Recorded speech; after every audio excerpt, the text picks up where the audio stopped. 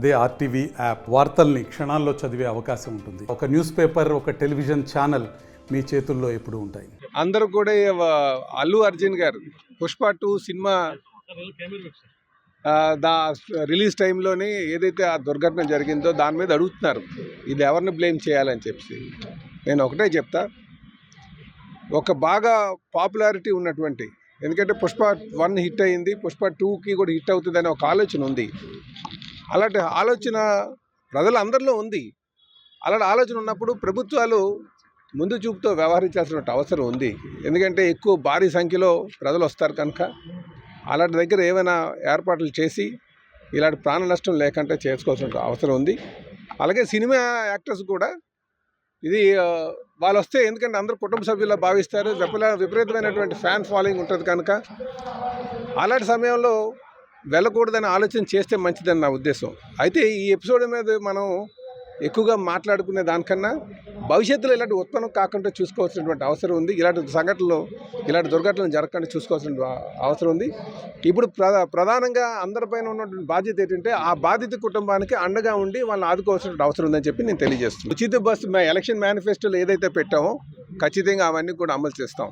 ఈరోజు ఈ రాష్ట్రానికి బాగా అనుభవం ఉన్నటువంటి నాయకత్వం ఉంది చంద్రబాబు నాయుడు గారి ద్వారా. అలాగే టెక్నాలజీని వినియోగించేటువంటి నాయకత్వం మనకి మా లోకేష్ బాబు ద్వారా ఉంది. ప్రశ్నించే మా తత్వం ఉన్నటువంటి నాయకత్వం మా పవన్ కళ్యాణ్ గారి ద్వారా ఉంది, ఎన్డీఏ పార్ట్నర్స్. అలాగే కేంద్ర పెద్దన్న పాత్రలో కేంద్రం నుంచి సహకారం అందించడానికి బీజేపీ పార్టీ ఉంది మోడీ గారి రూపంలో.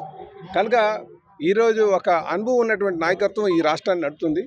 ఖచ్చితంగా మేము పెట్టినటువంటి మేనిఫెస్టోలో ఏదైతే ఉచిత బస్సు ఉందో అది ఖచ్చితంగా చేస్తాం. దాన్ని మనం ఏ విధంగా అమలు చేయాలన్న దాని మీద ఈరోజు ఒక సబ్ కమిటీ వేసాం. ఇది ట్రాన్స్పోర్ట్ రవాణా శాఖ మార్చిలతోని, అలాగే మా గిరిజన శాఖ మార్చులు సంజయ్ రాణి గారితో, అలాగే మా హోంమంత్రి గారు అంతే గారితో. సో వీళ్ళు అధ్యయనం చేసి ఇస్తారు. ఖచ్చితంగా ఆర్టీసీ పైన భారం పడకుండా ఏదైతే మేము ఎలక్షన్ మేనిఫెస్టోలో పెట్టాం ఉచిత బస్ స్కీమ్ పెడతామని చెప్పి తెలియజేస్తున్నాం. ఖచ్చితంగా సమర్థవంతంగా కూడా నడిపిస్తామని చెప్పి తెలియజేస్తున్నాం. బెనిఫిట్స్లో వేయకూడదు అన్నదే నేను దానికి వ్యతిరేకం అండి. బెనిఫిట్స్లో వేయచ్చు, ఎందుకంటే ఈరోజు సినిమాల్లో పైరసీ బోర్డు అయిపోయింది. ఎందుకు వస్తున్నారు సినిమా పైరసీని అరగట్టాలి కదా. ఎంతోమంది శ్రమించి తీసినటువంటి సినిమాని ఒక 4 రోజులు అయిపోతే దాన్ని పైరసీ చేసి దాన్ని రిలీజ్ చేస్తున్నారు. కనుక బెనిఫిట్ షోలు వేయకపోవడం అయితే వేయను అనడం కరెక్ట్ కాదు, వెయ్యాలి. దాని దగ్గర మనకి ఇటువంటి దుర్ఘటనలు జరగకుండా చూసుకోవాల్సిన బాధ్యత ఉంది. అది అందరితో మీద బాధ్యత, అది అందరి బాధ్యత. అటు సినీ యాక్టర్స్ పైన ఉంది, ఇటు ప్రభుత్వం పైన ఉంది. పాపులారిటీ వచ్చినటువంటి సినిమాలకి ముందే దాన్ని గమనించగలగాలి. అది ఇంటెలిజెన్స్ వర్గాలు ఫెయిల్యూర్ అని ఎందుకు అనుకోకూడదు. కనుక ఇప్పుడు మనం ఒకరి మీద ఒకరు బ్లేమ్ చేసుకునే దానికన్నా ఇది భవిష్యత్తులో ఎలాంటి ఉత్పన్నం కాకుండా చూసుకోవాల్సినటువంటి బాధ్యత మనందరిపైన ఉందని చెప్పి తెలియజేస్తుంది. రాష్ట్రాలు విడిపోయినాయి చెప్పాలంటే తెలంగాణలో జరుగుతుంది, మనకి ఎందుకని ఒక మాటతో తీసుకోవచ్చు. కానీ ఇది ప్రజలకు సంబంధించింది కనుక ఇలాంటి దుర్ఘటనలు జరగకూడదనే ఉద్దేశంతో మాట్లాడుతున్నాం. నిన్న పవన్ కళ్యాణ్ గారు, మా ఉప ముఖ్యమంత్రి గారు ఒక మంచి స్టేట్మెంట్ ఇచ్చారు, సినీ ఇండస్ట్రీ ఇక్కడ తీసుకొస్తే బాగుంటుందని చెప్పేసి. ఇప్పుడు హైదరాబాద్ చెప్పాలంటే చాలా హైదరాబాద్ ఎలా ఉందంటే చాలా శాచురేట్ అయింది, మార్కెట్ చాలా రద్దీ అయింది.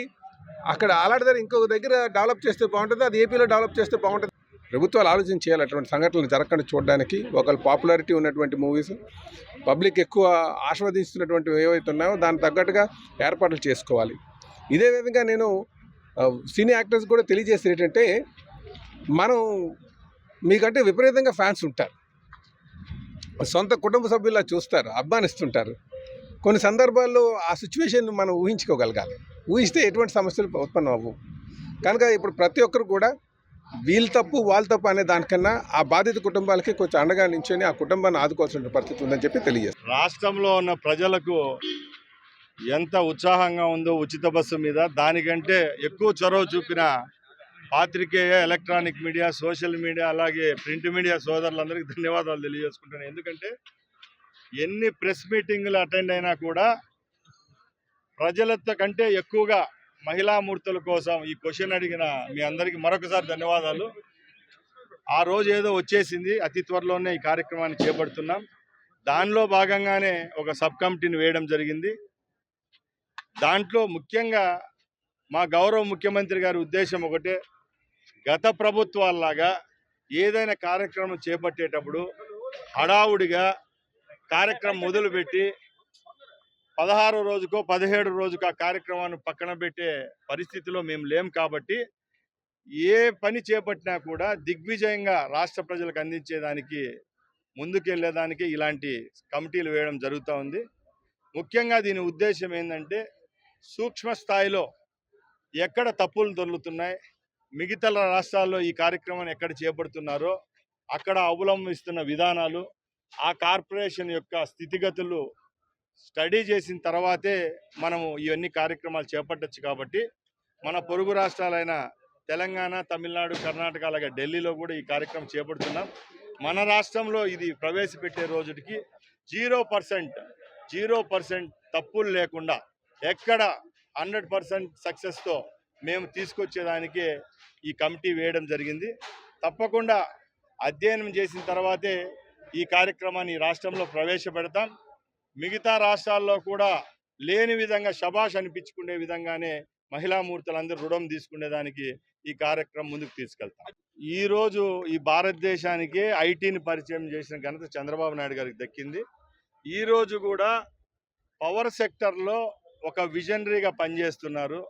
దానిలో భాగంగానే మన రాష్ట్రానికి ఎన్నో ఎనర్జీకి సంబంధించిన కంపెనీలు పెట్టుబడులు పెడతానని 6 నెలల నుంచి మీరు చూస్తున్నారు.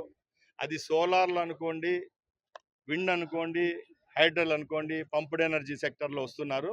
దానిలో భాగంగానే పర్యావరణానికి ఎక్కడ హాని చేయని విధంగా కార్యక్రమాలు ఈ భారతదేశంలో చేపట్టాలనుకోవడం కేంద్ర ప్రభుత్వం శుభసూచకం.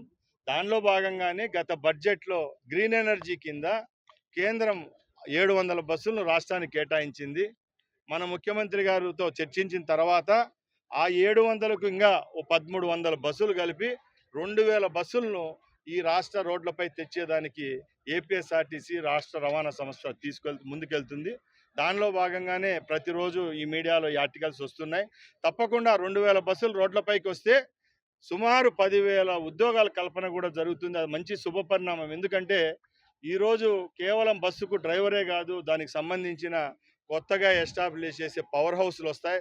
అక్కడ కార్మికులు, ఇక్కడ కార్మికులు అందరూ కలిసి సుమారుగా 10,000 మంది కంటే లక్షలాది కుటుంబాలకు చేయూత ఇవ్వడం జరుగుతుంది. కాబట్టి రేపు రాబోయే కాలంలో భారతదేశంలో ఉన్న అన్ని రాష్ట్రాలకు అగ్రగామిగా ఈవీ బస్సుల విషయానికి వస్తే ఈ రాష్ట్రంలో ముందుకెళ్లేదానికి ఒక అడుగు అయితే ముందుకేయడం జరిగింది. ఏపీఎస్ఆర్టీసీ అనేది గత 3 సంవత్సరాల ముందు ఇక్కడ విలీనం చేయడం జరిగింది ఆంధ్రప్రదేశ్లో.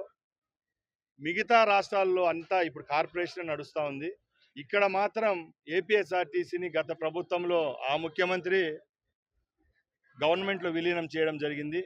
ఆ విలీనంలో కూడా చాలా సమస్యలు వచ్చాయి. ఈరోజు కార్మికులు ఎక్కడ వెళ్ళినా కూడా వాళ్ళ హెల్త్ విషయాల్లో, కార్డ్స్ విషయంలోనైతేనేమో అలవెన్సుల విషయంలో కూడా చాలా టెక్నికల్ ప్రాబ్లమ్స్ ఉండడంతో అవన్నీ గవర్నమెంట్ మా దృష్టికి తీసుకొని రావడం జరిగింది. కాబట్టి అతి త్వరలోనే అవన్నీ షార్ట్అవుట్ చేస్తాం.